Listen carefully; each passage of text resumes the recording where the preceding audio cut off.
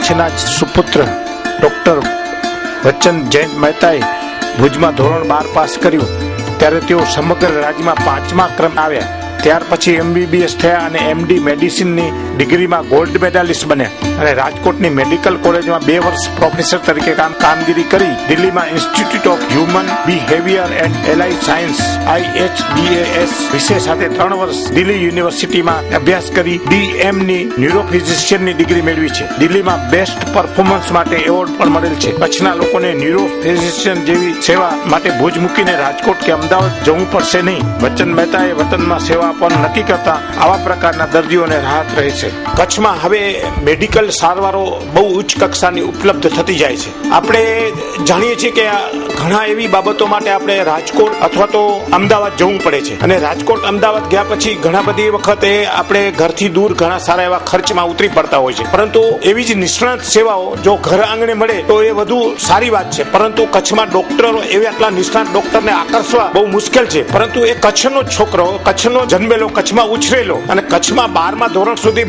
ભણીને રાજ્ય કક્ષાએ જેણે નામ મેળવ્યું તેવા ડોક્ટર બચ્ચન જયંત મહેતા એ એવું એક સાહસ કર્યું છે ભુજમાં કે તેઓ MBBS MD મેડિસિન અને DM ન્યુરોફિઝિશિયન દિલ્હીમાં થયા છે. અને DM એ કચ્છના પ્રથમ એવા છે જેઓ DM બની અને પાછા કચ્છમાં જ પ્રેક્ટિસ કરવા માટે તેમણે સ્થળની પસંદગી કરી છે જેથી કચ્છના લોકોને વધુ સારી નિષ્ણાત સેવા મળી શકે તે હેતુથી એમને કચ્છ પ્રત્યેની દાજ છે તો કચ્છના જ પેશન્ટોને આ મળી શકે એના માટે આ કર્યું છે. કેમ કે હું બેઝિકલી ભુજનો જ છું અને ભુજમાં આવી કોઈ પણ સુપર સ્પેશિયાલિટી ક્લિનિક કે છે નહીં તો એનાથી બધા લોકોને પણ મદદ થાય ને આપણે કચ્છનું ઋણ પણ ચૂકાવી શકીએ તે માટે મેં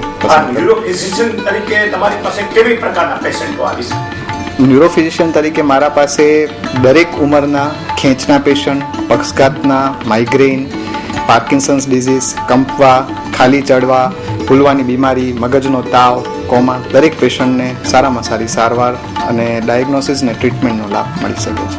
અચ્છા, તમે તે પહેલા તમે જે DM કોર્સ કર્યો ક્યાં કર્યો અને શું અચીવમેન્ટ? મેં DM કોર્સ MD મેડિસિન પછી આસિસ્ટન્ટ પ્રોફેસરની 2 વર્ષ જોબ કરી અને DMની સુપર સ્પેશિયાલિટી લેવલે સ્ટેટ લેવલની બધી એન્ટ્રન્સ એક્ઝામ તૈયારી કરી હતી.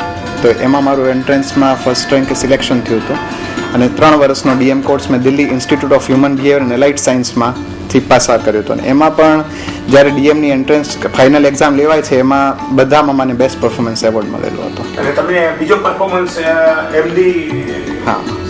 MD મેડિસિનમાં પણ સૌરાષ્ટ્ર યુનિવર્સિટીમાં મારો ફર્સ્ટ રેન્ક હતો, એમાં મને ગોલ્ડ મેડલ મળ્યો હતો MD મેડિસિનમાં. તમને આટલું બધું અચીવમેન્ટ કરવા પછી તમને એમ નથી લાગતું તમે કોઈ મોટા સેન્ટરમાં ગયા તો વધુ પૈસા કમાઈ શકો?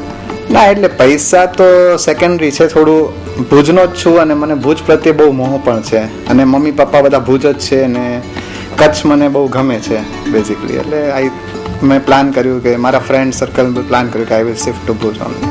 અને મારા પાસે ઘણી બધી એટલે અત્યારે તો ટેમ્પરરી હું આઉટડોર પેશન્ટ OPD ચાલુ કરી OPD અને મારા સાધનો જેમ કે મગજનો આપણે EEG કહીએ, જેમ હાર્ટમાં ECG લેવાનો કાર્ડિયોગ્રામ, એવી રીતે મગજમાં EEG ઇલેક્ટ્રોએન્કેફેલોગ્રામ છે. બીજી તપાસ હોય છે હાથ ને પગની નસોની જાંચ, નર્વ કંડક્શન વેલોસિટી, આંખોની તપાસ વિઝ્યુઅલ ઇવોક પોટેન્શિયલ, કાનની તપાસ બ્રેન સ્ટેમ ઓડિટરી ઇવોક પોટેન્શિયલ, એવા બધા મશીન હમણાં ચાલુ થઈ જશે એ બધી સેવાઓ મળતા અને ભવિષ્યમાં પછી મોટી હોસ્પિટલ કરીને એડમિશન ને બધું પ્લાન છે. અત્યારે OPD પ્રોસિજર્સ ને આ બધું છે અને ડાયગ્નોસિસ ને ટ્રીટમેન્ટ. તમને કેવું લાગે આટલા દિવસમાં તમને કેવા પ્રકારના પેશન્ટો મળી રહ્યા? બધી પ્રકારના પેશન્ટોને હવે ધીરે ધીરે જ્ઞાન આવી ગયું છે કે કોને બતાવવું જોઈએ ને હવે પબ્લિક પણ એજ્યુકેશન વધી ગયેલું છે. તો હજી તો મેં જસ્ટ સ્ટાર્ટ કર્યું તો પણ દરેક પ્રકારના પેશન્ટ અત્યારે મારી પાસે આવી ગયા છે. કંપવા, દુખાવા, ખેંચ બધા આવી ગયા છે અને અત્યારે ઓલરેડી મેં માથાનું EEGની ઇન્સ્ટ્રુમેન્ટ ચાલુ કરી દીધેલા છે.